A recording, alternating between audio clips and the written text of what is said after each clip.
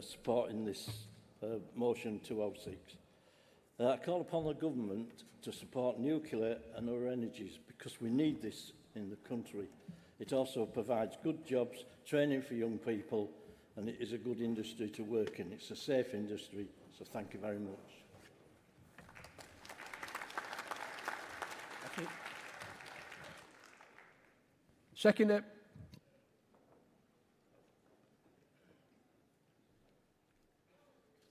Ian Priest from the Sunny Midlands.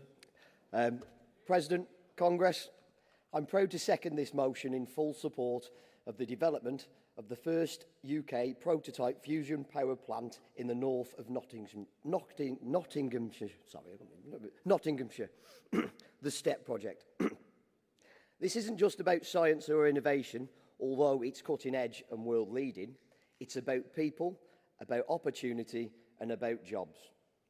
We're talking about 6,000 good quality jobs during the construction phase alone.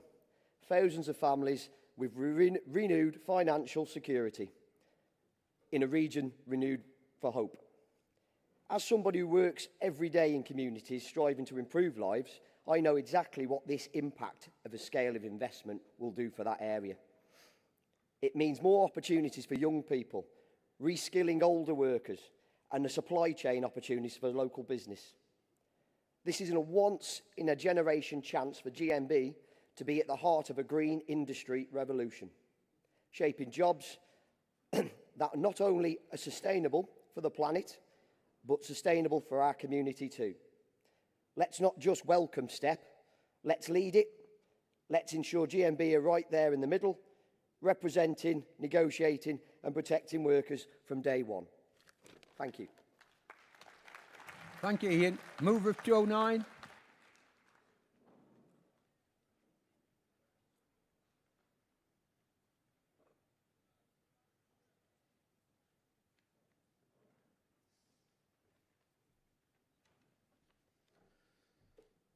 President, Congress, Rob Brown from the marvellous Midlands region.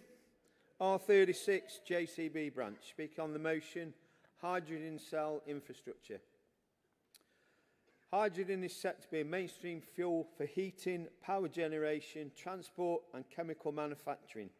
Regulators need to start planning for its adoption now. Hydrogen can be transported in bulk as a gas or liquid or combined with carrier for safe transportation.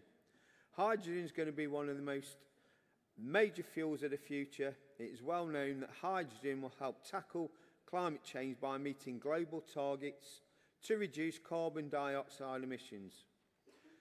As such, a momentous shift from a carbon economy to a hydrogen economy will be needed within the next 10 years to meet the emissions reduction targets being proposed by governments and industry. The shift will happen because hydrogen is an extremely flexible energy that can meet any of the society's needs, including replacing carbon-based fuels with hydrogen-based ones for your heating, power generation and transport, as well as to produce chemicals. Its flexibility lies in an ability to be generated, stored and transported in bulk as a gas or liquid or combined with carriers for safe transportation. Hydrogen can also be converted to net zero carbon-based liquid fuels such as e-diesel and e-kerosene. Today, there are three main types of manufactured hydrogen. There's grey hydrogen, which is produced by steam reforming of natural gas, where the byproducts of carbon dioxide is released into the atmosphere. Blue hydrogen, it's the carbon dioxide byproduct. This is captured and utilised or stored in depleted gas fields, and generally that's offshore. Green hydrogen is produced using power from nuclear or renewable sources in an electrolysis plant to split clean water into hydrogen and oxygen, or using advanced conversion methods. Once hydrogen is produced, it can be transported to a hydrogen gas or as a chemical, such as ammonia. In a further measure of its flexibility, hydrogen can be generated on site next to your energy supplier, such as a nuclear power stations, offshore wind farms or solar plants. Alternatively, it can be generated at each service station for transport or in a catchment area with a cluster of hydrogen fueling stations for lorries, trucks and trains. Another key development is the potential production of green liquid fuels from hydrogen. This requires green hydrogen being reacted with carbon dioxide captured from biomass plants or through direct air capture to extract the carbon dioxide. The technology also exists for the production, transport and storage of hydrogen, as well as the production of liquid fuels, and the industry is almost ready to go. Some refinement work is needed to scale up production from electrolysis to repurpose the existing gas transmissions. Until such policies and regulations are in place, development work on products cannot progress much further. Many energy-related organisations are spending their own funds on development to be project-ready and to safeguard their future operations. However, investment is limited in the current uncertain regulatory environment. Wind up now, Robert, please. Thank you. Some governments have provided funds to kickstart demonstration projects while they finalise their hydrogen strategies, policies and regs. Robert, we're These running late. include Can you Germany, please wind up now? Netherlands and the UK. The shift to hydrogen must be soon. If not, the global 2040-2050 net zero targets for carbon dioxide emissions will be more hot air. I move. Thank you. Second it.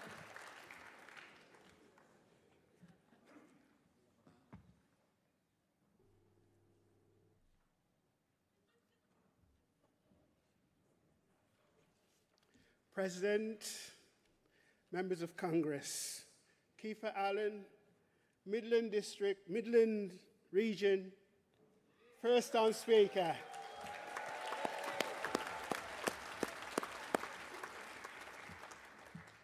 I'm seconding this hydrogen motion 209. We must embrace the new energy of the future and become a world leader in this for the rest of the world to aspire to. Support this motion. Thank you.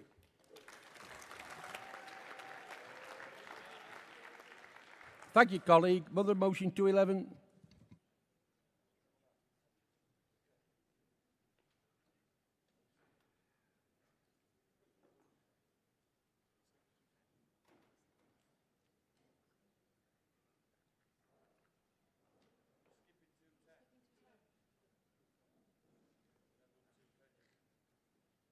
Sorry, that's correct. 210. Apologise for that.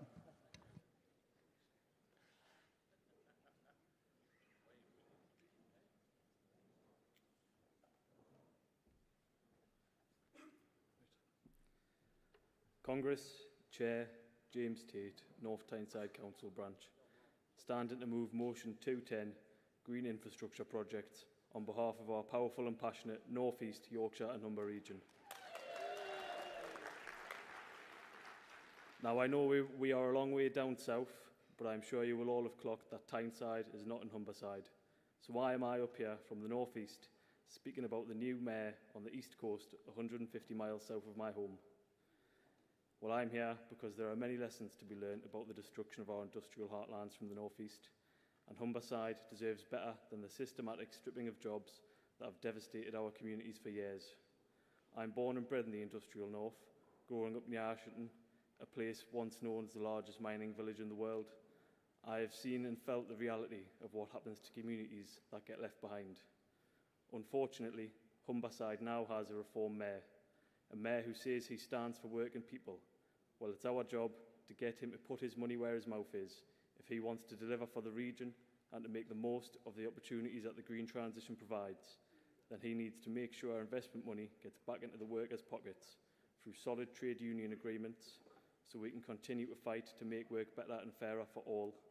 and quality apprenticeship programmes, ensuring opportunities for young workers. Congress, it is vital that we drive this agenda everywhere where investment is driving change. The green transition must be a worker-led transition. Let's learn from the devastation of the 80s, when all over the UK, Thatcher destroyed communities like mine. Let's build a fairer future. Congress, I move. Thank you, James. Seconder.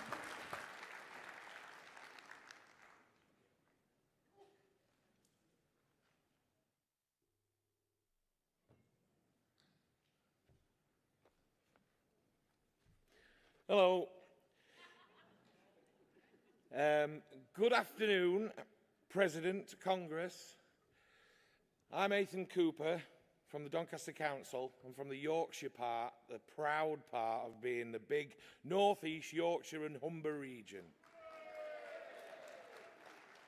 The original slogan. There we go. First time Congress attendee and first time speaker.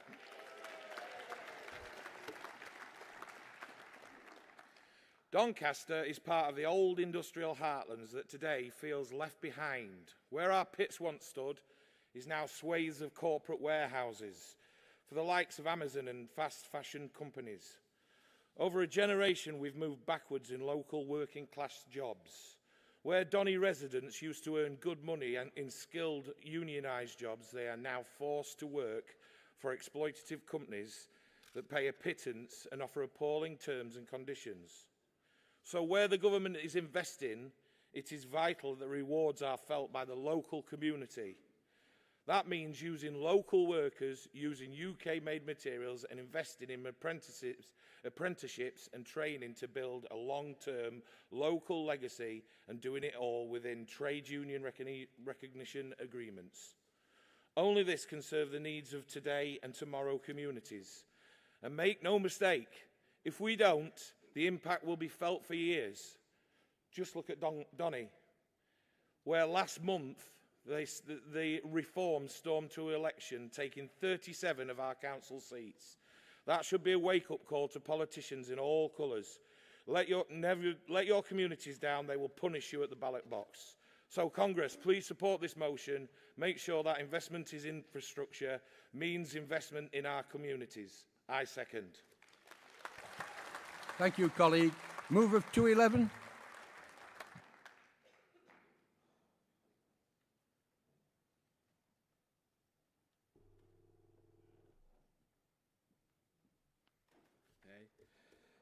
President, Congress, Ryan Williams, Wales and South West Region, moving motion 211 on a national UK shipbuilding stability strategy. Tongue twister. Colleagues, shipbuilding is not just an industry, it is the backbone of our coastal communities, a pillar of our national security and a source of pride for generations of skilled workers. Yet, for too long, we have watched as our shipyards have endured the endless cycle of boom and bust. We've seen the heartbreak of closures, the loss of irreplaceable skills, and the erosion of our industrial strength. Enough is enough.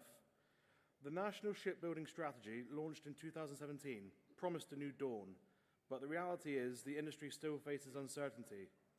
The strategy needs teeth, real, sustained investment, not just warm words. In 2024, shipbuilding contributed $2.7 billion to our economy, and jobs in the sector have grown even as wider manufacturing has struggled. But this progress is fragile. Without a clear long-term plan, we risk slipping backwards. Congress, this motion calls for action. We demand the government fully implement the National Shipbuilding Strategy with a clear pathway for consistent investment. We need sustained funding, not just for the big yards, for the suppliers and the skilled workforce that keep the industry alive. We need a long-term programme for both military and civilian vessels, giving our shipyards a reliable pipeline of work and our communities hope for the future. Let's be clear, this is about more than economics. It's about our national security. In a world where global tensions are rising, we cannot afford to lose our ability to build and maintain the ships that protect our shores. It's about good, unionised jobs with decent pay, apprenticeships and real prospects for the next generation. It's about making sure that UK-built ships set sail under the UK flag, supporting our economy and our people. Congress, let's send a message. We will not stand by while our shipbuilding heritage is dismantled piece by piece. Let's fight for a stable, thriving and world-leading shipbuilding industry. I urge you, support this motion and let's build a better future together. I move. Thank you, Ryan. Seconder.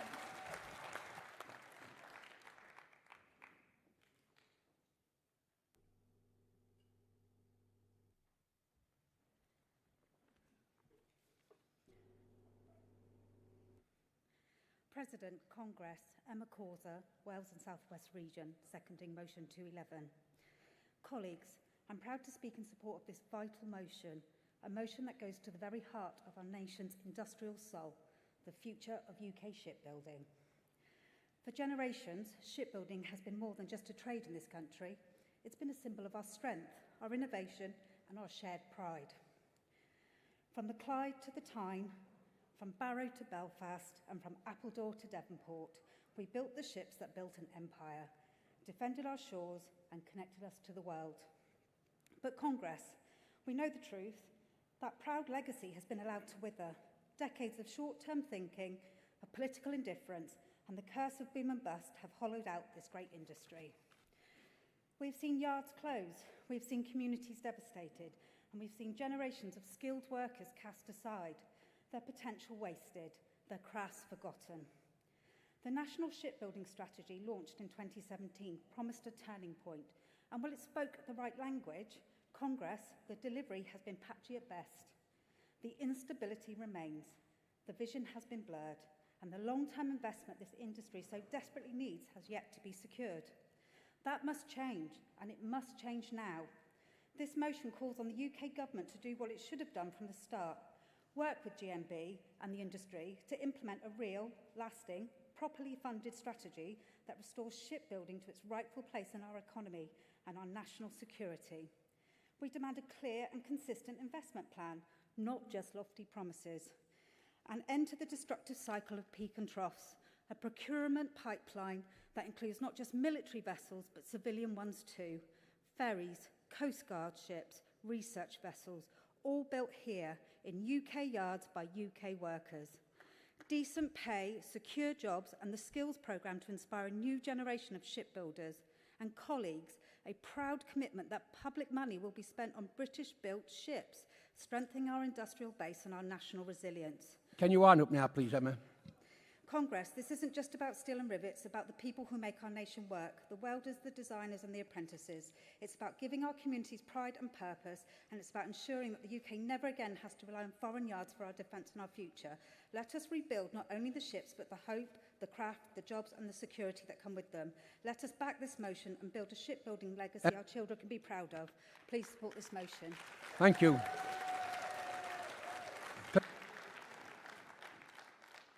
Mover of 215, please.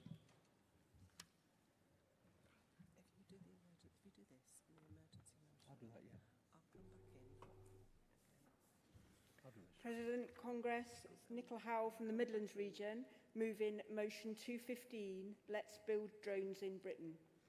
Our union is proud of our members in manufacturing and is ensuring this Labour government invests to support their jobs and communities. Defence manufacturing makes up a vital part of UK jobs, supporting tens of thousands of jobs across the supply chain, and drone technology is an increasingly important strategic technology for the UK and its allies. This is true in defence as it is in civilian applications such as construction, agriculture and flooding.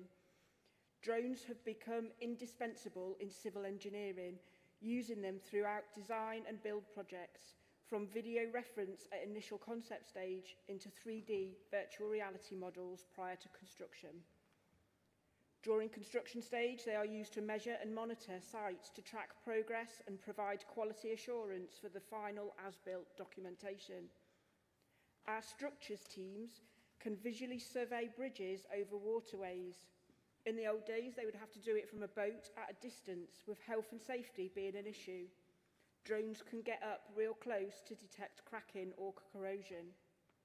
Utility companies such as Severn Trent use them with cage protectors to go through large sewers or tunnels to assess condition, preventing harm to the operatives and inspectors in these confined spaces. Loss adjusters use them to assess damaged buildings, minimising exposure of workers to dangerous conditions. Further risk reduction example can be seen in Curtin in Lindsey, Lincolnshire. The fire brigade have procured a large drone to assist in heat-seeking, finding locations of people inside a burning building. It is a great piece of kit that can be also used by the police in searching large bodies of water for missing people in flood situations. Drones are revolutionising civil engineering, emergency services, and many other civilian activities, providing safe and efficient surveying. A recent report commissioned by the GMB Midlands region found that establishing a drone manufacturing hub could be worth £40 billion to the UK economy and create tens of thousands of well-paid jobs. The UK is at a disadvantage in lacking large drone manufacturing and is heavily reliant on purchasing this vital equipment from abroad. Let's support the Labour MPs urging investment in the UK. I move this motion to urge the Labour government to make sure British industry remains relevant in this fast-moving sector. Let's build British, not procure poor quality. I move. Thank you, Nicola. Seconder, please.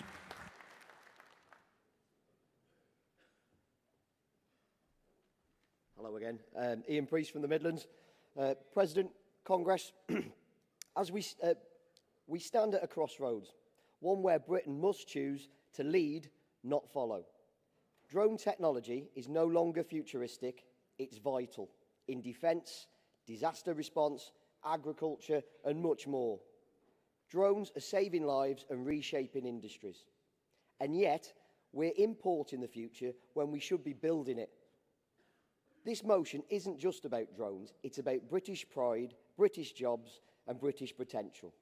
A drone manufacturing hub could bring in 40 billion to our economy and securing tens of thousands of skilled unionised jobs in every corner of this country. We have the talent, we have the drive, all we need now is the political will. Let's stop outsourcing opportunities and start investing in our own. I back this motion. Thank you, Ian. Anyone like to speak in object against the motions? No, I'll now call then Joe Olive to the CEC Speaker. And can I please ask that Emergency Motion 3 from London come to the front, please?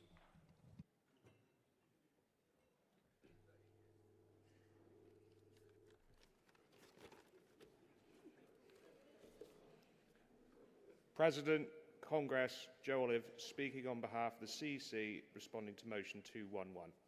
The CEC supports with qualification Motion 211, the National UK Shipbuilding Stability Strategy.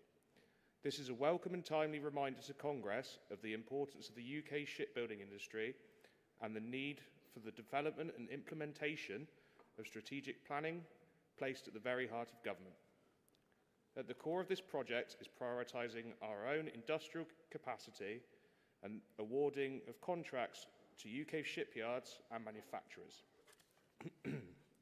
However, the qualification is that the Union would wish to go beyond the terms of the 2017 review in order to have a leading influence in the current defence review under Labour.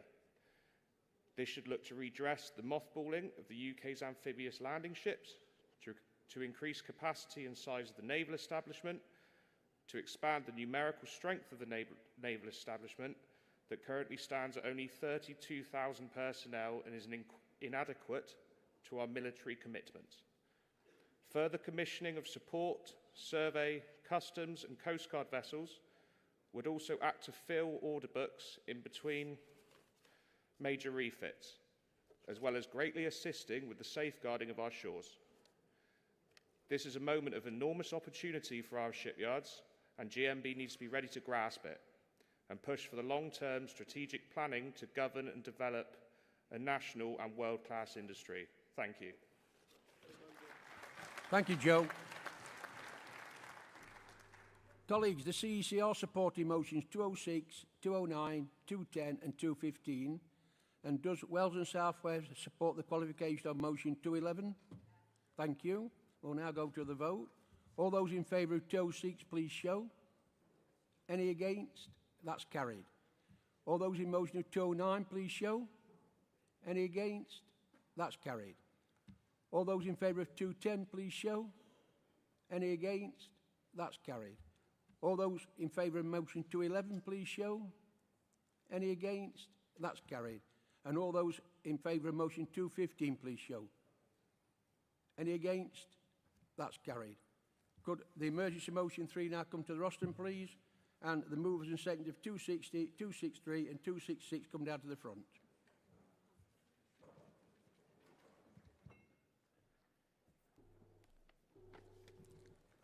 Congress, this is an emergency motion 3 from London Region on the collapse of Thames Water.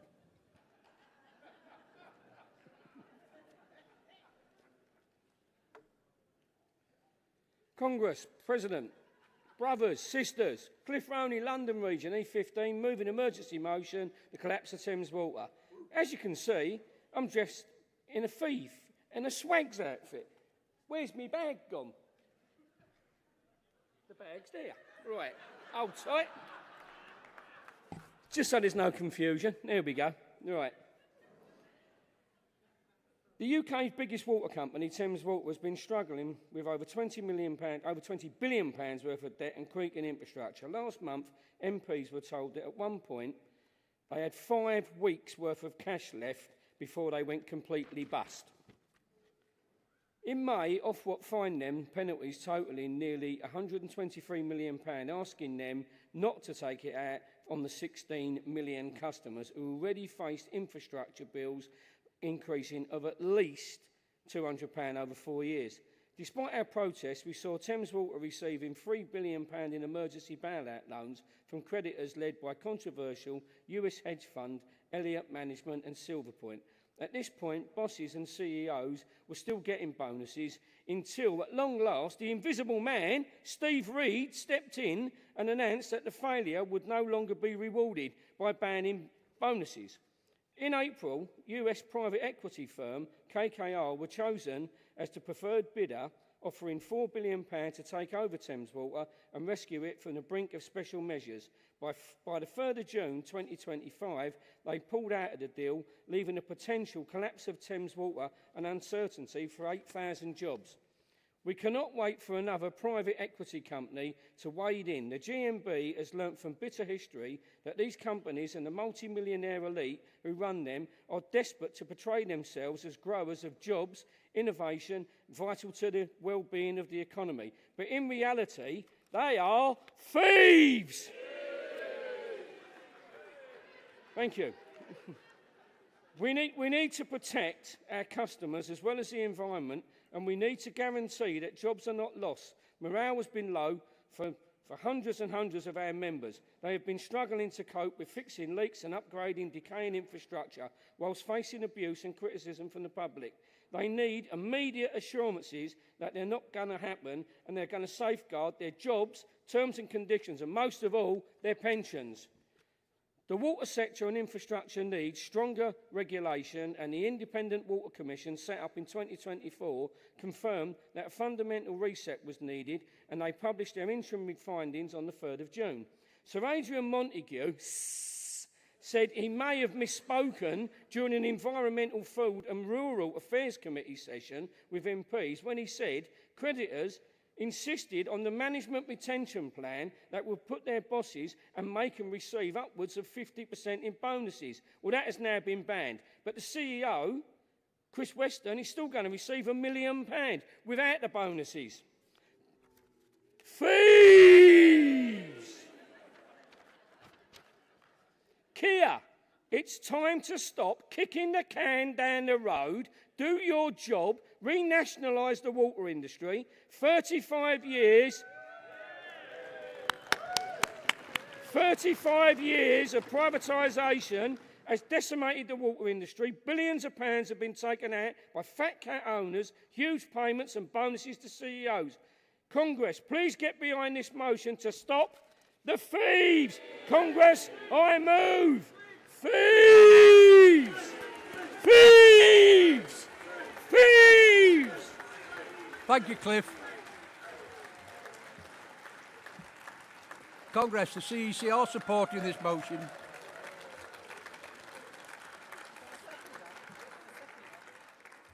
The CEC are supporting this motion. All those in favour? Oh, sorry. It's got a seconder. It's going to be formally seconded. Is that correct? Formally, thank you. The CEC are supporting this motion. All those in favour, please show. Any against? Nobody dare. That's carried. Can motion 260 now come to the rostrum?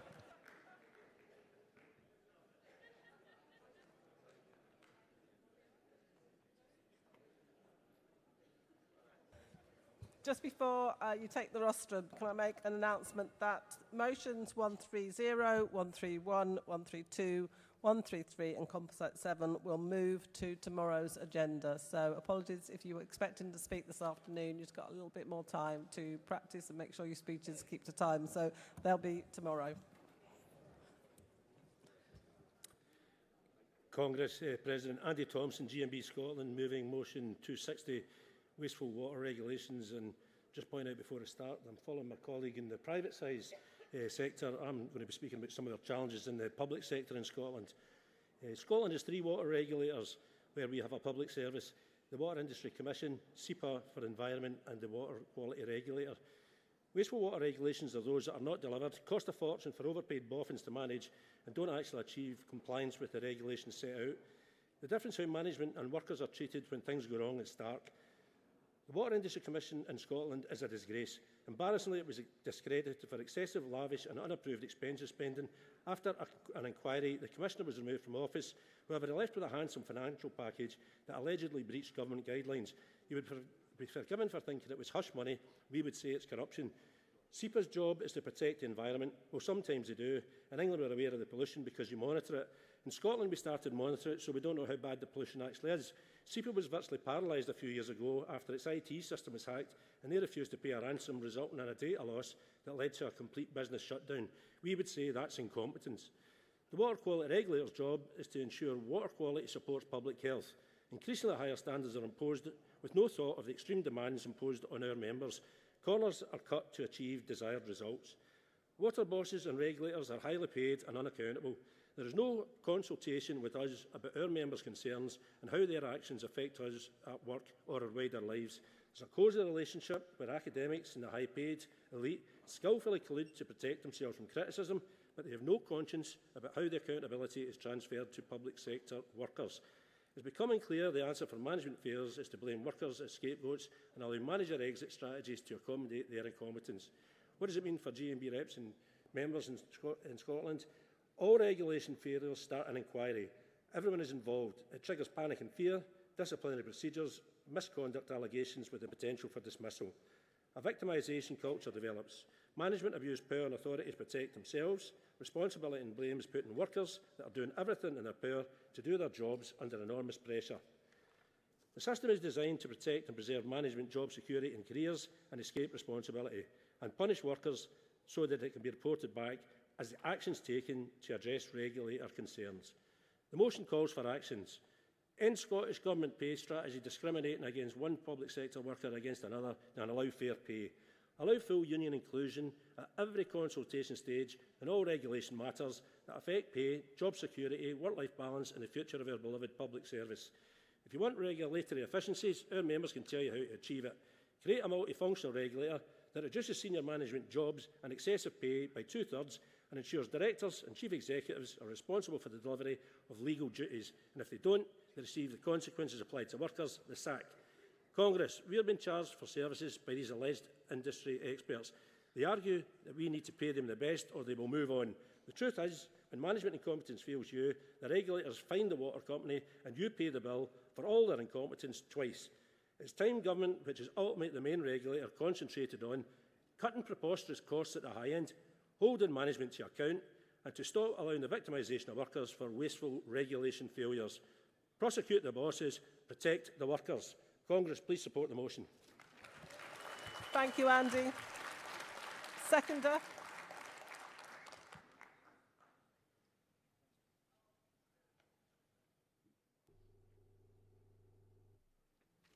President, Congress, David Ferguson, GMB Scotland, seconding motion 260. I love these islands, and it saddens me we have to fight for basic necessities like clean water. Coming from Scotland, where it rains 365 days of the year, you would think that managing a water board would be the easiest thing in the world, but it seems not. We don't want to see the decline of Scottish water because they employ around 4,500 people from John O'Groats down to Gretna, and that's a lot of families that depend on it. Mismanagement brings lower wages, weaker employment rights, and more demanding working conditions.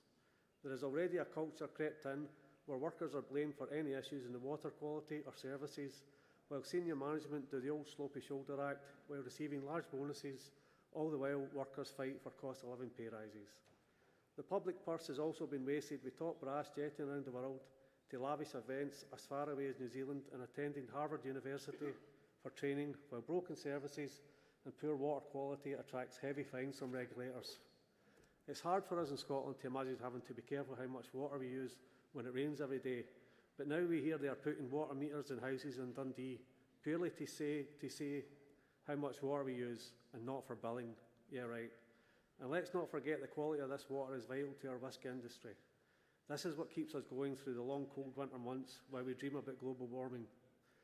We also see modernisation projects being taken off the skilled workforce and handed to private contractors to build, while the extortionate bill for this and the regulators' fines are all being passed on to the customer. If Scottish Water continues to have these oversight issues, the workforce and the public will pay the price ultimately. So I ask you to pass this motion so our team can get to work fixing this. I second. Thank you, David. Mover of motion 263, please.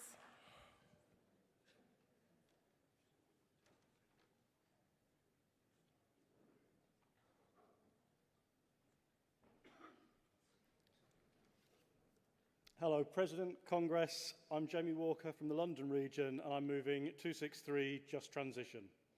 When we talk about climate change, we talk about targets, emissions by 2030, net zero by 2050, but what often gets left behind is the people, as we heard earlier. Workers, communities, skills, and futures. A just transition shouldn't just be a marketing slogan, it's a promise. It's a promise that we don't just swap one form of exploitation for another, that we don't leave working people behind in the rush to go green, that the progress doesn't become just another excuse for job losses, rundown communities and skill sets that end up tossed on the scrap heap. The idea of a just transition started with trade unions, our movement, and it meant something. It meant that as industries change, we plan for that change. We invest in people, not just the technology. We retrain, we reskill, we reinvest, so that a cleaner future also means a fairer one. Businesses have tried to turn the just transition into something that suits them, one where only companies get compensation, one where it's just as long as it doesn't disrupt profits. That's not just transition, that's just business as usual, and it's dressed up in green, to be honest. We've shown it can be done differently in the trade union movement. When the last coal-fired station at Radcliffe-on-Soar shut down, no workers were left behind. Why was that? Because there was time, there was planning, there was negotiation, and above all, there was us. There was a commitment that change would include the people doing the work, not just those cashing the cheques and swapping over to something different. This motion calls on the GMB to help put the original definition of a just transition back to where it belongs, at the heart of international labour standards. That means working with other unions across the world, reminding the government, the policymakers, the UN what just really means, and making sure that climate justice includes economic justice. It's worthwhile recognising that just transition is not just those in the traditional heavy industries as well, as pointed out by the CEC's qualification. Automation in the name of just transition can apply across many sectors that GMB represents in, and we can all be affected by this, and we can positively affect it if we're involved in the process. Congress, let's not let transition become a euphemism for managed decline. And we can't let green growth be used against our members' livelihoods to divide us, setting sector against sector and union against union. We are not opposed to change, we are not clinging to the past, but we are demanding a say in the future, in our future. It's a guarantee that no worker, no industry and no community gets left behind.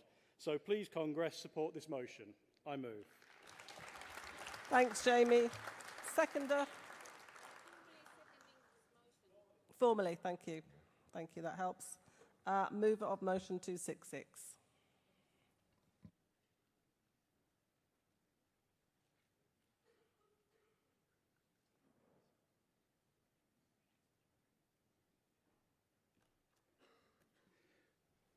Good afternoon. Andy Whelan, Wales and South West Region, moving motion 266. First time delegate, first time speaker.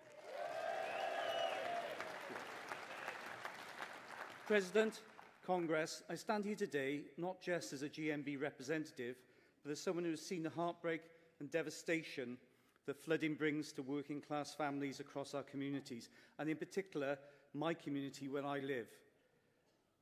This motion is not just about policy, it's about people, about our members, our neighbours and our families who have invested their lives, their savings and their hopes into homes now threatened by forces beyond their control. Climate change is not a distant threat, it is here, now, and it is battering our communities with relentless floods. Every year, more families face the trauma of seeing their homes ruined, their possessions destroyed and their sense of security washed away.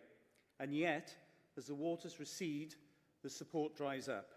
Insurance companies are turning their backs, leaving people unprotected, and in many cases unable to sell or even live safely in their homes. Let's be clear, this is not an accident. It is a result of decades of government decisions to overturn planning rules, to allow building on floodplains, and to prioritise profit over people. Our members are left to pay the price, trapped in homes they cannot insure, cannot sell, and sometimes cannot even repair. This is why this motion calls for action. We demand that the government step up and create a flood relief social fund, a safety net for those who have been abandoned by the market and by policymakers. We want a scheme that gives a peace of mind, that allows people to pay in and know that should the worst happens, they will not be left alone. We want investment in real flood prevention, and where that is not possible, we want fair compensation, compulsory purchase at a market value so no family is left stranded. This is a matter of justice, this is a matter of dignity, and it's a matter of solidarity. Congress, let us show that GMB stands with every family facing the rising tide. Let us campaign, let us lobby, and let us win a future where no one is left behind when the waters rise. I urge you to support this motion and send a clear message. We will not abandon our communities to the floods. Congress, I move. Thank you, Andy. And seconder.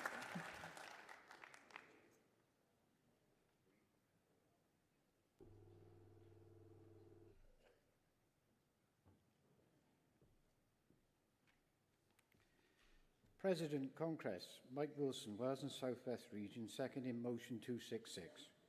Congress, I am proud to second this vital motion from the RCT branch, because the fight for a flood relief social fund is a fight for fairness, for compassion, and for the future of our communities within the Rhondda and Cynon Taff, where they suffered turmoil and devastation from floods over the last decade.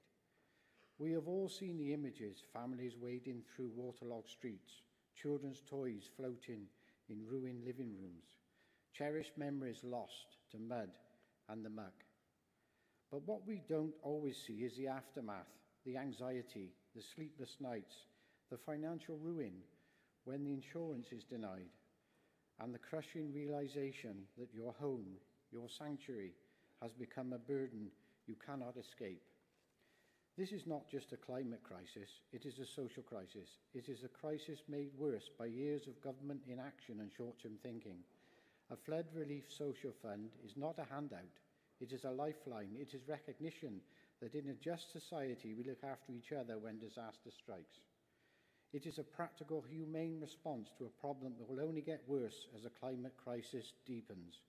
And it is a call to those hold responsible government developers, local authorities to account, to make sure that they are part of the solution, not just the cause of the problem. Let's campaign for a scheme that gives people back their security, their dignity and their hope.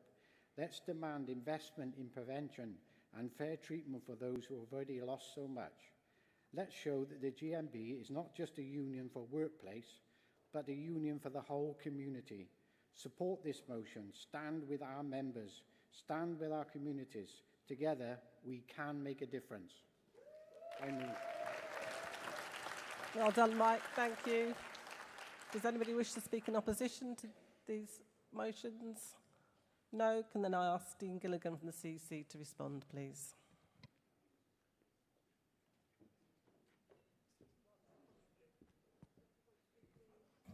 Just before you go to the rostrum, just wait. Can I have the movers and seconders of 196, 200 and 202, please? Yeah. Thank you. President Congress, Dean Gilligan, responding on behalf of the CEC to motions 260 and 263, which we are supporting with qualifications. Turning first to motion 260, we are supportive of the calls in the motion. However, our qualification is that it will ultimately be a matter for GMB Scotland to pursue. On motion 263, our qualification is that a just transition is now becoming a reality for workers losing their jobs to automation too, not just traditional heavy industries. To sum up, Congress, we are asking that motions 260, 263 be supported with these qualifications. What a lovely short thing. Thank you. Thank you, Dean. Does GMB Scotland accept the qualification for motion 260? Yes? Thank you. Does London accept the qualification for motion 263? Yes. Thank you. And the CC are supporting motion 266. I'll put those to the vote. All those in favour of motion 260, please show. Thank you. Anyone against? That's carried.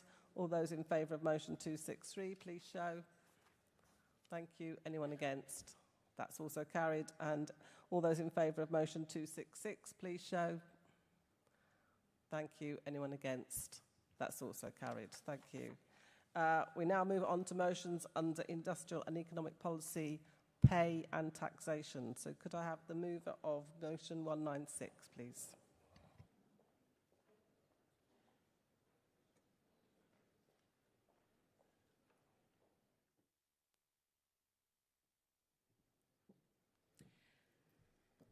President, Congress, Karina Smith, Southern Region.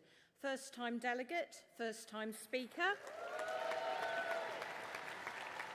I am moving motion 196, £20 minimum hourly wage now.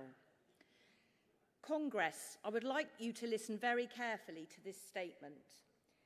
In the first 3 days of this year, UK CEOs had already made the UK average salary of £37,450 in the first 3 days.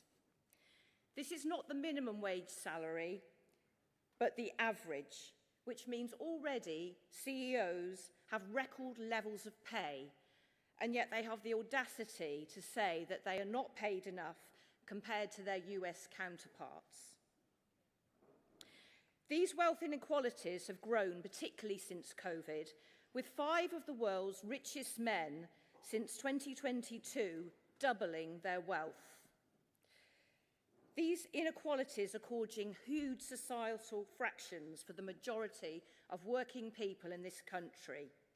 I firmly believe it's the wealth inequalities that are causing the rise of far-right populism in this country, and they're threatening the very existence of us and our union. In Labour's manifesto, which I campaigned on, £15 an hour was promised. But where is it? This pledge was a huge vote winner, so why has it not been honoured? From April the 1st, companies have used inflation as a reason to raise their charges. But supermarkets have been proven to be in cahoots with each other, keeping prices artificially high. Greedflation at its finest. Meanwhile, shareholders receive record payouts.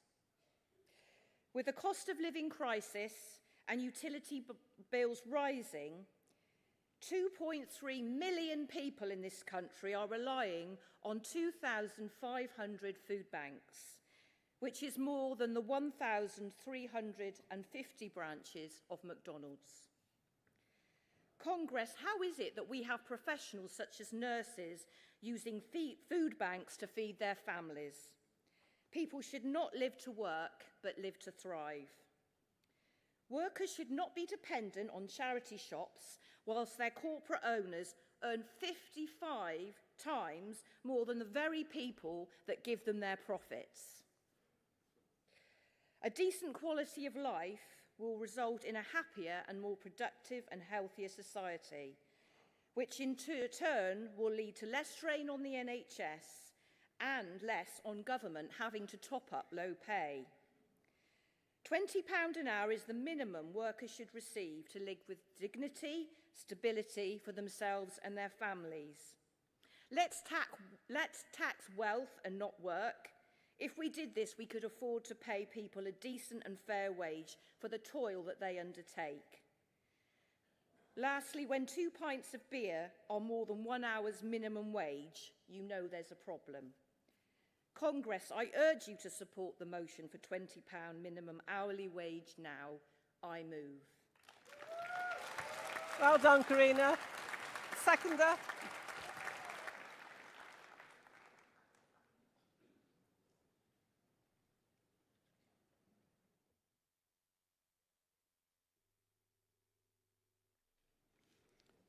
Jose Gomez, Southern Region, seconding motion 196, £20 minimum hour wage now. President, Congress, I believe that minimum wage should be £20 an hour. Millions of low-paid workers are being pushed to the brink by eye-watering bills and soaring prices. Yet companies are making record profits and handing massive pay rises to those at the very top. I'm calling for a return to normal wage growth and an end to the longest pay squeeze in modern history. I hereby call for a £20 minimum hourly rate. Congress, please support this motion. I second. Well done, Jose. And mover of motion 200, please.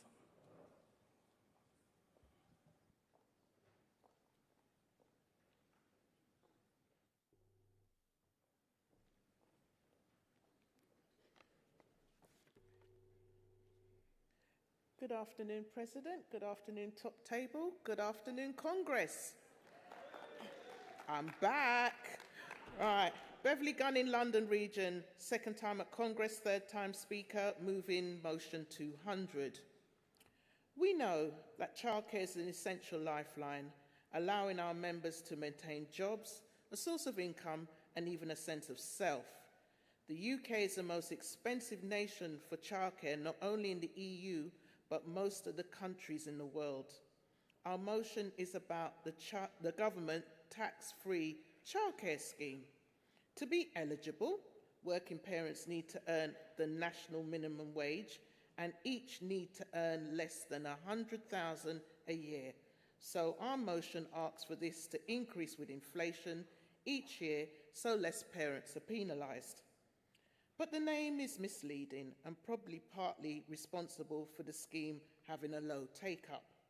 This scheme is designed so that every 80 pence you put into your tax-free childcare account, the state will add 20p. Sounds great so far?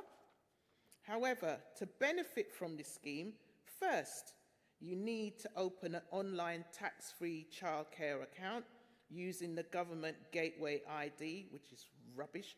As we know, this requires a level of IT literacy.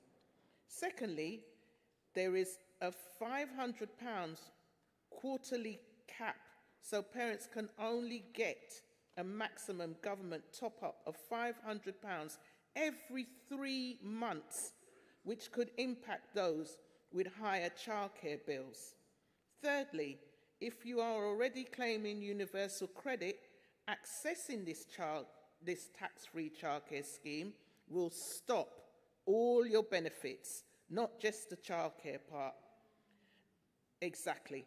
Let's really help women get back to work and make a childcare scheme that is accessible and actually supports families. I move.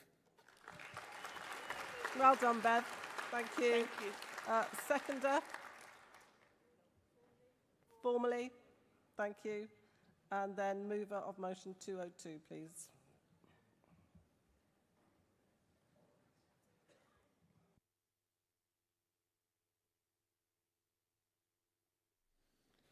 Good afternoon, President, Congress. I'm Leon Jones from Wales and South West, moving motion 202. Like many of the fabulous people we've heard before me and will after, I'm a first-time delegate and a first-time speaker. Colleagues, I move this motion because something is fundamentally broken in the way council tax debt is collected in this country. Every year, thousands of working people, our members, our neighbours, our friends, find themselves plunged into crisis, not because they won't pay, but because they simply can't, often through no fault of their own. Let's be clear, missing just one council tax payment can be catastrophic. Within weeks, people can be forced to pay the entire year's bill, with bailiffs knocking at the door and extra charges piling on top. For many, this isn't just a financial blow, it's a tipping point that can destroy lives. It's a system so aggressive, so rapid, that even payday lenders would blush. No other creditor is allowed to act with such disregard for a person's circumstances. So why is it, Congress, that banks and credit card companies must act responsibly, must offer support, must signpost to help, but councils can escalate so quickly and so harshly? We have a legal framework for financial organisations that protects people from being pushed over the edge. Yet when it comes to council tax, those protections vanish. This motion calls for real change. It calls for ethical debt collection, fair, transparent and proportionate to a person's circumstances. It calls for proper signposting to support and for billing the full year only as a last resort, not as a first response. It's about treating people with dignity they deserve, not as mere numbers on a spreadsheet. The government is finally consulting on these issues, thanks to tireless campaigning from across the movement and from campaigners like Martin Lewis. But we must keep up the pressure. We must demand that council tax debt collection is underpinned by understanding, fairness and responsibility. So let's show today that we, the GMB, stands with those in hardship. Let's demand a system that prioritises people's welfare over their punishment. Congress, I urge you to support this motion and send a clear message. Enough is enough. I move. Well done, Leon. Thank you. And seconder.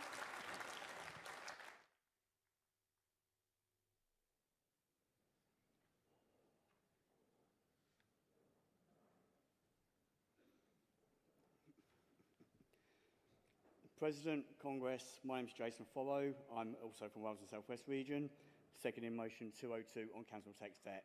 Again, for the second time delegate, first time speaker.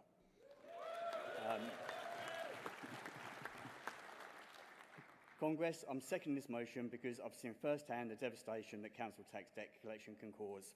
Behind every statistic is a real person, a single parent choosing between heating and paying the council, a worker recovering from illness, a family facing redundancy. It's not just the speed of escalation that is cruel, it's the lack of humanity. One missed payment and suddenly you're facing court order, bailiffs and charges that make it impossible to ever catch up. For the average household, a missed £140 payment can turn into a demand of over £1,600 in just 3 weeks. If you can't pay, the cost keeps rising, pushing people further into despair. Other creditors are required to offer support, to take time, to help people find the way out. Councils should be held to the same standards. We are not asking for special treatment, we are asking for basic decency and fairness. This motion is about making sure councils act ethically, signpost to support and use every option before resorting to nuclear option of billing for the full year. It's about protecting the vulnerable and restoring faith in our public institutions. Let's stand together for a system that works for people, not against them. Let's make council tax debt collection fair, humane and responsible. Congress, please support this motion. Thank you. Well done, Jason. Well done.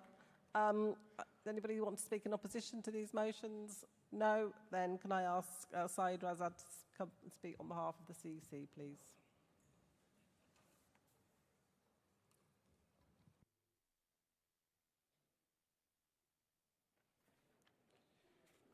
President, Congress, Saeed Raza speaking on behalf of the CEC and responding motion 196202. On motion 196, £20 minimum hourly wage now, the CEC support with the qualification. GMB acknowledged the need to move towards £20 an hour national minimum wage in the near future, while the cost of living continues to rise. And in the meantime, sport, sectoral and work-based demands for £20 an hour, where our negotiator believe there is a member support for it. Through carrying the CEC statement on cost of living, GMB Congress 2022 agreed to raise GMB demand for a national minimum wage to be raised to what GMB considers a real living wage for £15 per an hour. The statement explicitly justified this increase on the basis of historic rises to the cost of living and existing policy, stating that GMB continually review inflation rates and from time to time bring further proposal for operating our headline demands for debate at the future Congress.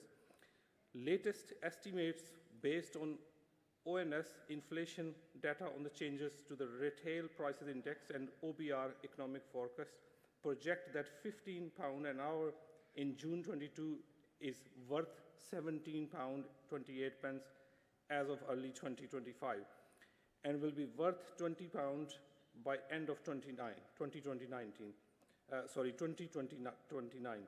Over 4 years from GMB Congress 2025,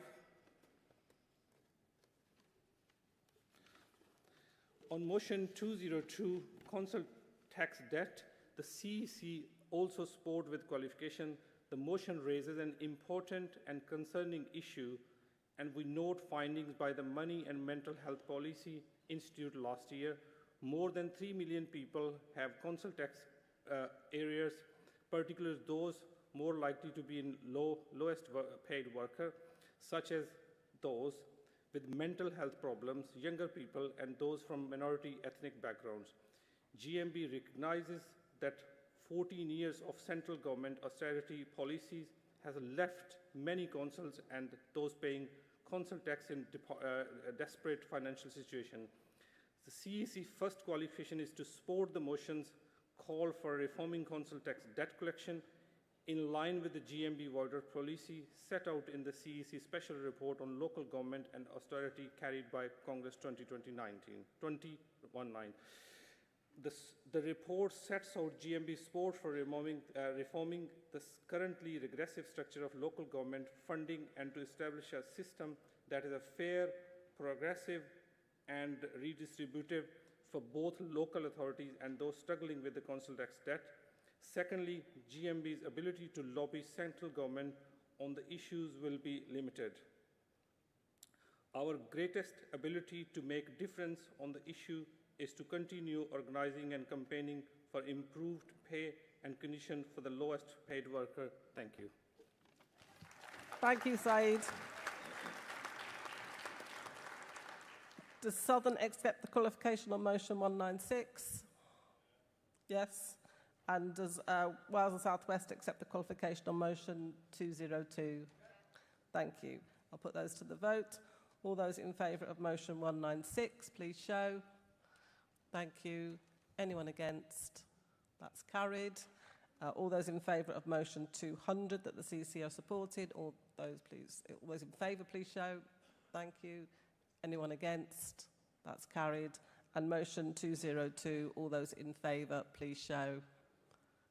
Thank you. That's also carried.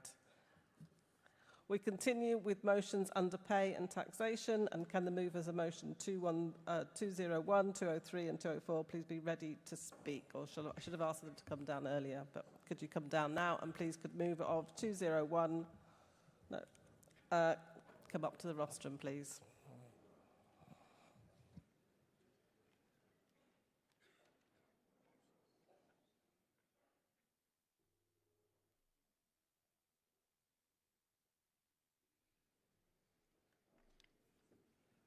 President Congress, I'm Jamie Walker, still from London Region, and I'm moving 201 wealth tax.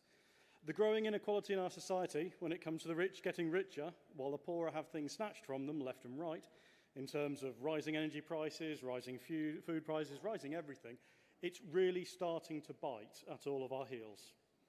Congress, the London Region proposes that we support the implementation of a wealth tax on employers and the wealthiest individuals to help fill the fiscal gap. GMB has always fought for a fairer tax system, and although a wealth tax does seem to scare our Labour Chancellor, this is still one of the most effective ways to bring money to bear to help those of us in these days of our lives when, again, prices keep on rising. Reports indicate that the profit margins of the average British firm have increased since the pandemic. One only has to look at the ever-increasing profits of energy companies. If profits rise, but we're still paying more, then there's profit that can be spent on society through a wealth tax.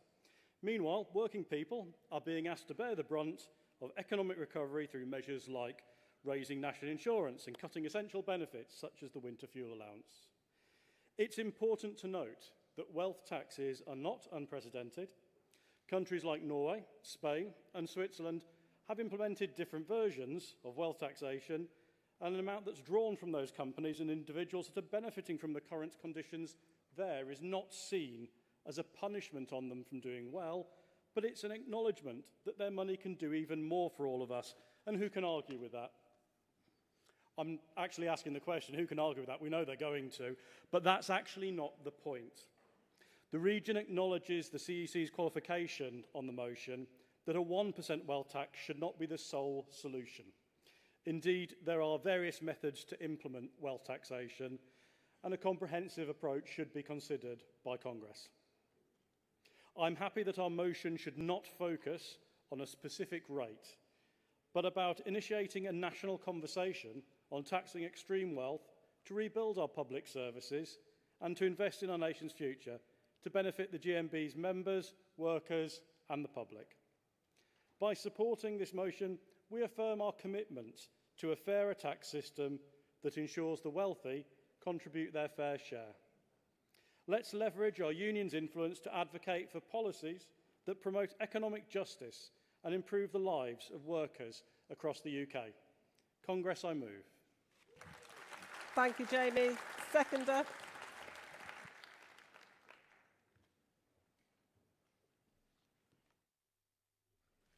Thank you. Kim Hendry, London Region, pleased to be seconding motion 201, wealth tax. President, sisters and brothers of Congress, last Saturday, the first big anti-austerity march under Starmer's Labour government took place, with tens of thousands of fellow trade unionists marching through central London as we gathered here in Brighton. And the theme of the demo was tax the rich to fund public services and to end welfare cuts.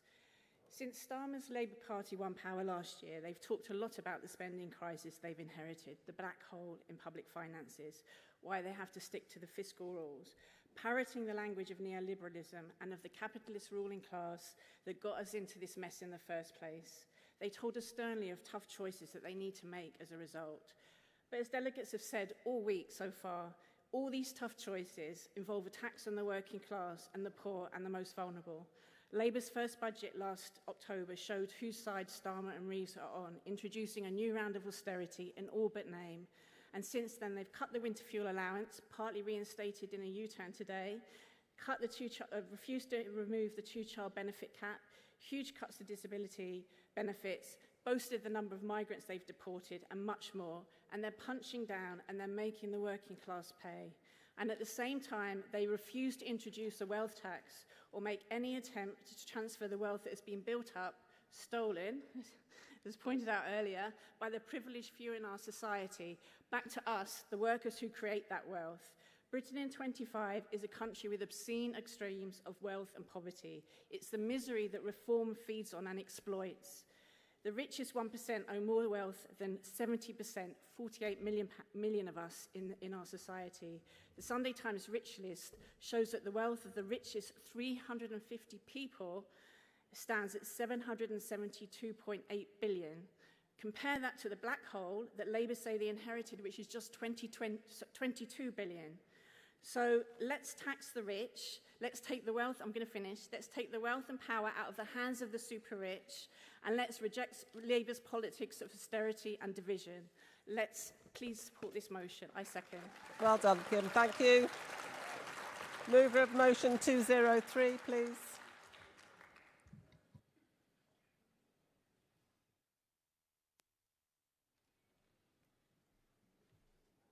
President, Congress, Georgia Chedsey, Wales and South West Region, moving motion 203.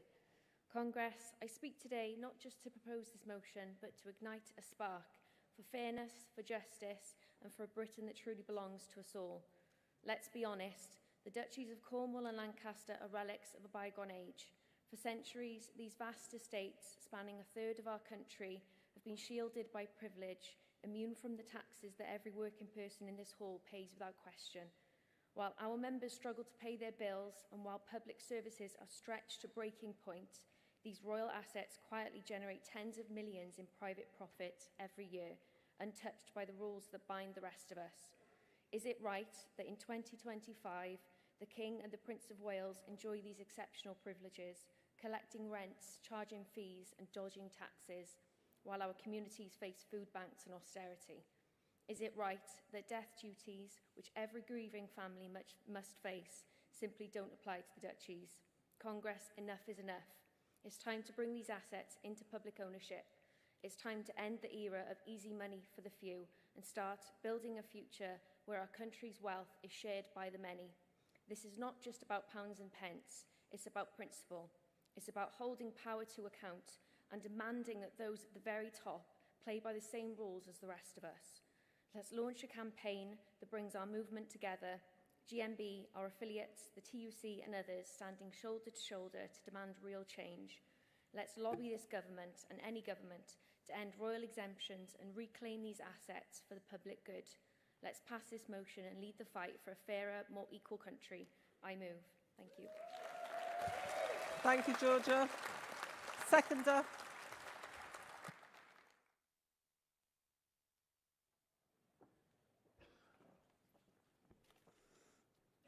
President, Congress, Suzanne Williams from the great super duper strong Wales and South West region.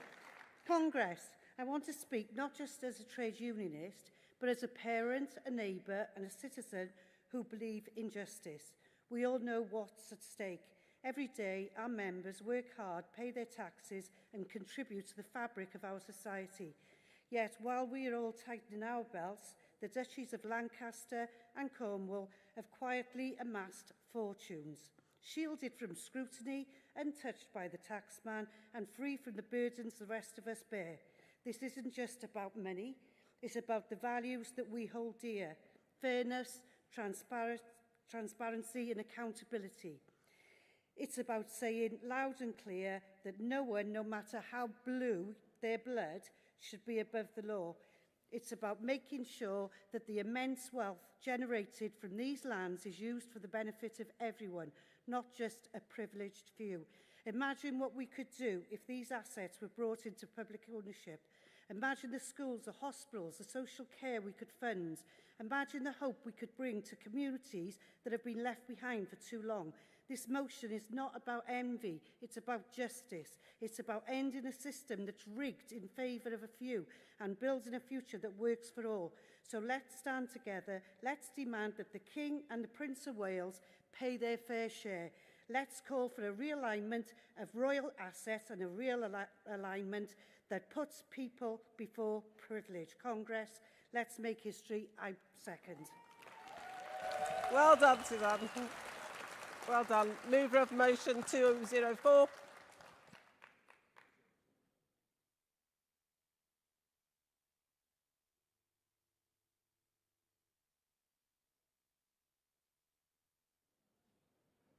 Good Good afternoon, Congress. President, Congress, James Rolls from the London region. Corruption is the abuse of public office for personal gain. Unfortunately, we have to class the House of Windsor as corrupt. Secrecy surrounds the royal family, and they lobby our government to secure exemptions and to personally enrich themselves. This motion is not calling for the overthrow of the monarchy, but wants to take an honest look at how much the royal family costs the UK taxpayer and what alternatives can be found to alleviate the burden to the public. The royals cost the UK more than £500 million a year. This includes the cost to local councils, security for 24 homes, the routine use of helicopters, private jets, the military, the RAF. Royal funding is completely shrouded in mystery. The House of Windsor is exempt from the Freedom of Information Act. So that £500 million that the royal family cost us represents a scandalous abuse of public money. How can we talk about cutting winter fuel allowance when we give Prince William a personal yearly income of £23 million? This motion demands that the royal budget is slashed below £10 million per year and that the King is given a salary that is pegged to our Prime Minister's salary. There's a big shopping list attached to this motion. I would ask all delegates to have a read of it. But finally, we as a region are slightly disappointed at the CEC qualification that you're about to hear. The CEC erroneously claim that there is nothing that they can do to meet the demands of this motion. We are not asking for Gary to knock on the door of Buckingham Palace and ask for a meeting with the King and, and demand that he cleans up royal funding.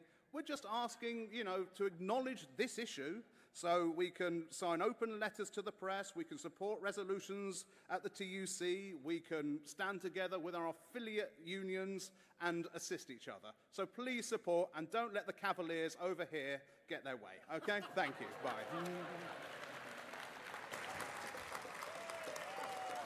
Thank you, James. Seconder.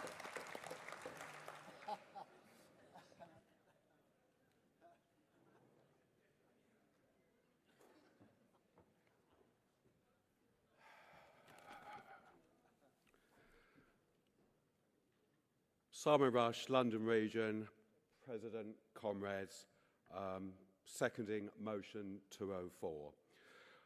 We treat the royal family in this country like gods, the vein of pharaohs of Egypt or Roman emperors.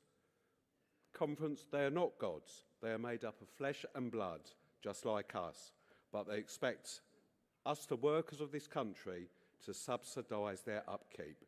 The royals earn income through vast crown estates. If you think of London, Regent Street, Grosvenor Square, great big long list, there's just some examples, and other lands wherever they hold them. Ask yourself a question: why are they exempt from FOIs? They shouldn't be if they have nothing to hide. We, as the GMB, is transparent and held to account. Central government held to account. Many organisations held to account, FOIs. It's time in the 21st century that this country's royal family is held to account. Why cannot we lodge an FOI, for example, of a charity trust, where currently members of the royal family are involved in over 1,000 organisations, either as a patron or president? A simple FOI could show how much money they contribute each year for any particular charity from their very own full wallets. Or how many private jets does any particular royal use for personal use per annum? Now for Prince Andrew. Better not go there, get into trouble. I better not, as I said, it's time their financial records are not hidden, but available when we request the same as all public bodies.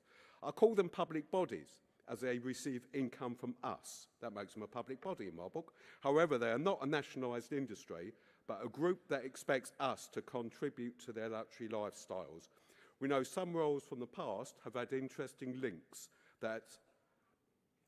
with Germany during the Second World War. Wouldn't it be interesting to have that access to that full picture? Why is this hidden?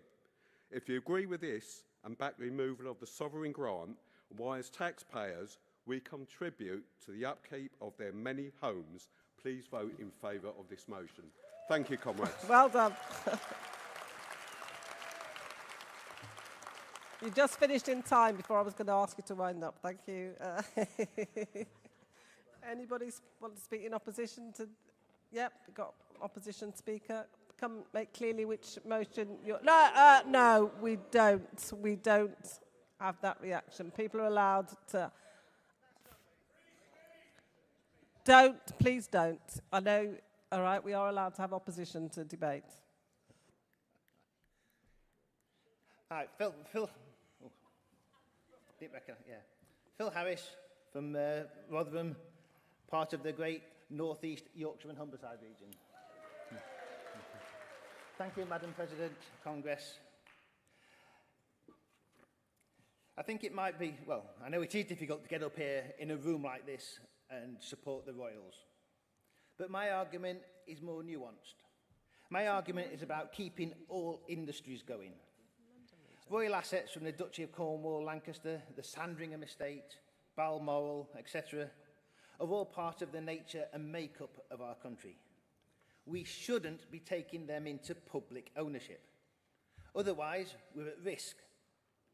Like other public industries, rail, water, gas, we've seen them split up. And when they've been privatised, some have flourished, some haven't. We should also be fighting against death duties. We pay enough tax in life, we shouldn't be paying them in death. Forget the Royals and think about the people at the sharp end, the staff in the homes, the gamekeepers, the people tending the gardens. They're our members. At the end of the day, we should be supporting them. Privatising the Royals, or more importantly, privatising the Duchy estate, is putting them at risk. Thank you. Thanks. Philip, which motion was that? Which motion was that? 203? Thank you. Yeah, we've got more opposition.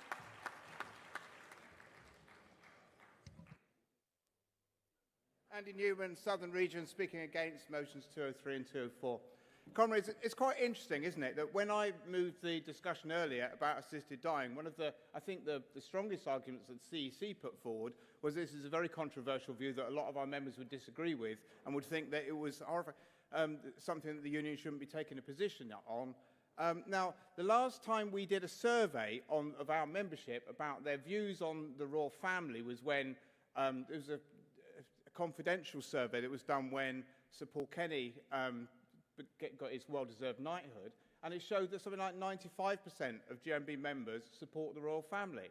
Now, I think we have to acknowledge the gap between the activists, who might have very strong left-wing views, and many of our members who don't have strong political views about a lot of things, and who do cherish the traditions of Britain and the traditions of the royal family. And I don't think that this is a position that we want to fight and die in a ditch on, to be honest. We can see that the royal family, which is supported by many people, has got its uses for the British state as soft power of gaining trade deals and things. And we just recently saw that the power that the King was able to demonstrate going to Canada to show his support and solidarity for Canada staying an independent country against the predatory claims of the United States and Donald Trump. So I think this is a bit nuanced, and I think that the rhetoric is unusual. And I'm going to end on a slightly strange note. If you remember, there's only ever been one communist government in the Commonwealth, and that was Grenada under the New Dual movement, which did have the royal family. They didn't abolish the royal family because they had better things to do. And Andy, can I just check? That was two motions, 203 and 24. Thank you. Well, no, you don't. Okay. Because there's been opposition, does the mover of motion 203 want to come back first? Anybody on 203 want to come and respond? No, well, 203 first I'm taking. No, if you don't want the right of reply, you don't have to take it. But then 204, please, if you want the right reply.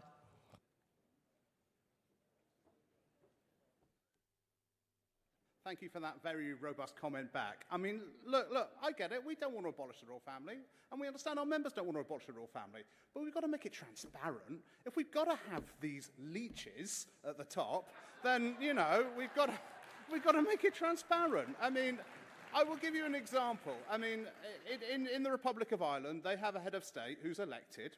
Good for them. And, you know, that only costs the Republic of Ireland €5 million a year, rather than £500 million, for God's sake. So we're not saying get rid of them. We're not saying, you know, and, you know, I take the thing that there is soft power, and I take the things that there's jobs involved, but I'm sure that in Republican France, the people who do the gardens in Versailles, they've got jobs. So, you know, it's all got to be these sort of things. So, you know, I understand that. We're not talking about abolishment. We're trying to make it as transparent as possible. If we have to have them, let's make it okay. Let's make it better. Okay? Thank you. Bye.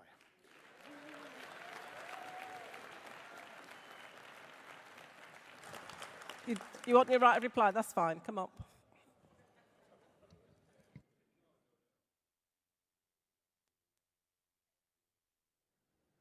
Thank you.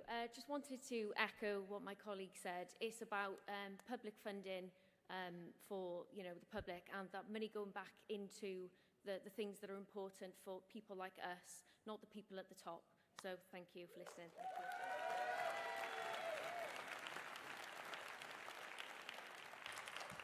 Cheers. Always good to end the day on a bit of controversy. That's good. OK, we now ask Maxine Butler from the CC to respond, please.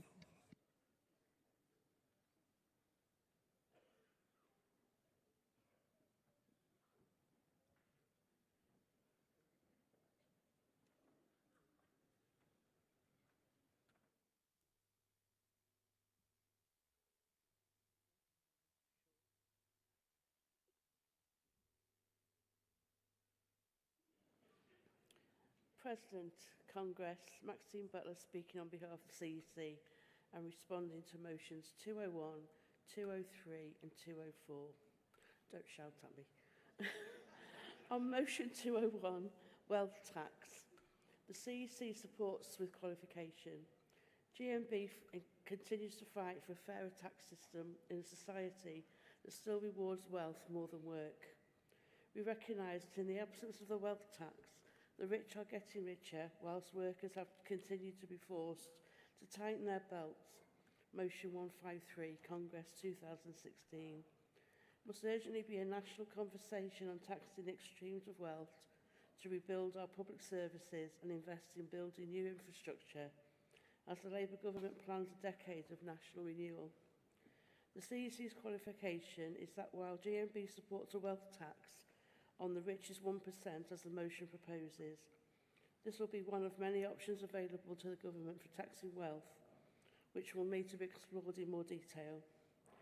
On motion 203, realignment of real assets, the CEC also supports with qualification.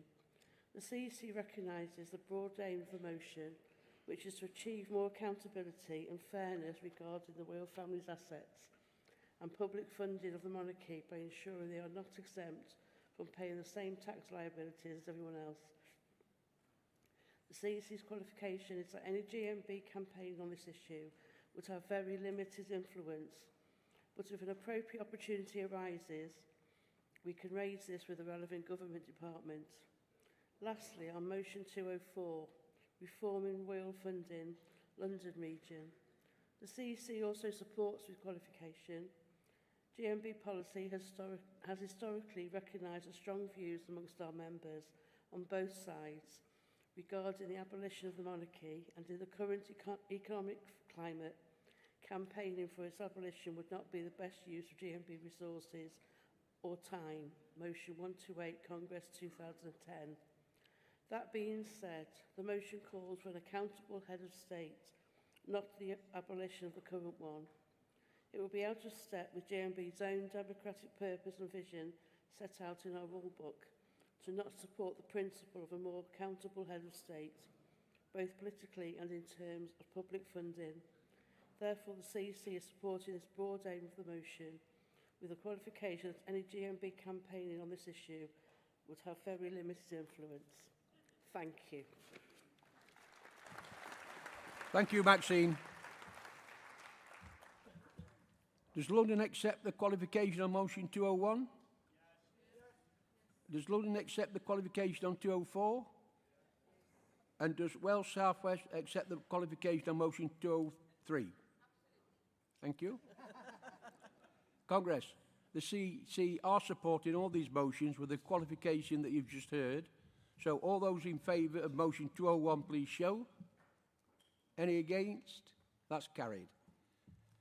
All those in favour of motion 204, please show. Any against? That's carried. And all those in favour of motion 203, please show. Any against? That's carried.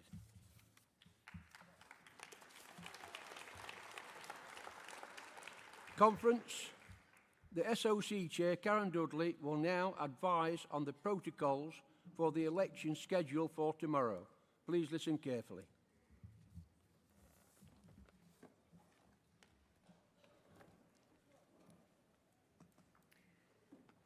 President, Congress, Karen Dudley, Standing Orders Committee Chair, moving SOC Report number 4. Emergency motions. The SOC has agreed a further emergency motion, and this is Emergency Motion 6 from London Region, EHRC Code of Practice consultation. The day and time that this will be heard will be advised as soon as possible. Election of President and Vice President. Congress, there will be elections for the President and Vice President tomorrow, Tuesday the 10th of June. The SOC has been advised that the elections will be contested. The procedure of for the election is set out in SOC Report number 1 at page 25 of your final agenda. The outline of the process is as follows. The General Secretary will announce the names of the candidates just prior to the close of business today. Tomorrow morning, each candidate will be entitled to make an election address prior to the distribution of ballot papers. The number of minutes allowed for this will be up to 5 minutes. Congress will be starting at 9 a.m. and the first item of business will be the election addresses. Following the guest speaker, the General Member Auditors will deliver ballot papers to each Regional Secretary, and the Regional Secretary will issue the ballot papers to each delegate who is entitled to vote. Ballot papers will be issued to CEC members by the General Secretary via the Executive Officer. Once completed, ballot papers should be placed in one of the 2 ballot boxes which will be placed on tables by the stage. Also by the platform at the front of the hall. The ballot boxes will be supervised by the General Member Auditors. Voting will close at 3:30 p.m. on Tuesday the 10th of June, when the General Member Auditors will take the ballot papers and count the votes. The results will be announced to Congress after this. President, Congress, I formally move adoption of SOC Report number 4. Thank you, Karen. All agree on that report, please show. Any against? That's carried. General Secretary, can I ask you to take over?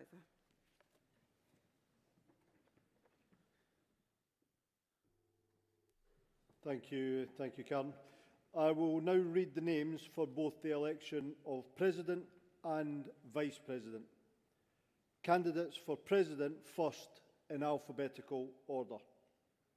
So for the President election, the candidates are Gordon Gibb, GMB Midlands, Barbara Plant, GMB Southern.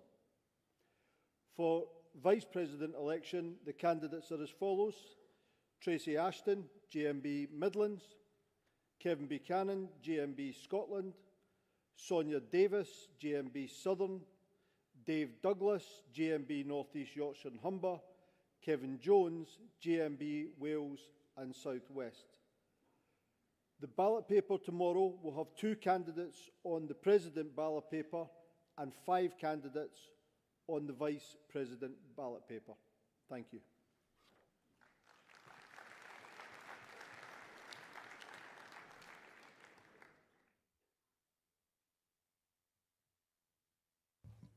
Thank you, Gary. Congress, just before we close, I would like to play a short video from our sister union in Sri Lanka, the Commercial and Industrial Workers Union, who have been organising to seek union recognition at ATG Gloves. This company manufactures gloves which will no doubt be used by some of our members in construction and other manual work. However, the company in Sri Lanka where they are made has been dismissing workers for trying to organise for trade union recognition. The CIWU have a request for solidarity from our members who do come across these gloves in their workplace. Thank you. Hi, hello comrades from the GMB. Congratulations on this very successful AGM and all of you coming together to discuss challenges which are faced by your own membership, but also challenges faced by workers across the world. And I am joining in solidarity from Sri Lanka, from the Commercial and Industrial Workers Union. I want to explain a little bit about our relationship with the GMB. So in 2021, when my union was trying to organize in a glove manufacturing factory called the ATG, our union was broken. The company dismissed several of our main organizers, and we were desperately looking for solidarity and support from global unions, particularly because the gloves which are produced from the ATG factory is exported to markets in the UK, and it is employees and workers in countries like the UK who are using these ATG gloves. So we were desperately looking for solidarity and support, and that is when GMB Congress stepped in to support our struggle in solidarity, financially, but also gave us a huge moral support and a huge moral boost for our workers who are fighting to unionize the ATG factory on the ground. So I want to say an immense thank you from Sri Lanka and from the workers of the ATG factory, but also from the Commercial and Industrial Workers Union. This kind of solidarity and support is what keeps us fighting despite the many challenges we face while we organize workers in the global south and in third world countries like Sri Lanka. So let us continue this relationship we have started over this struggle and build more solidarity actions together. And please let us know if you use ATG gloves in your workplaces, in your factories, so that perhaps we can build on solidarity action to support workers in Sri Lanka to unionize in the ATG factory. So I hope we can continue to work together. We can show mutual solidarity and support between both our work and between our workers, and we can continue this relationship, and we can fight many battles like what we are fighting with the ATG company. So thank you so much, and once again, good luck and congratulations.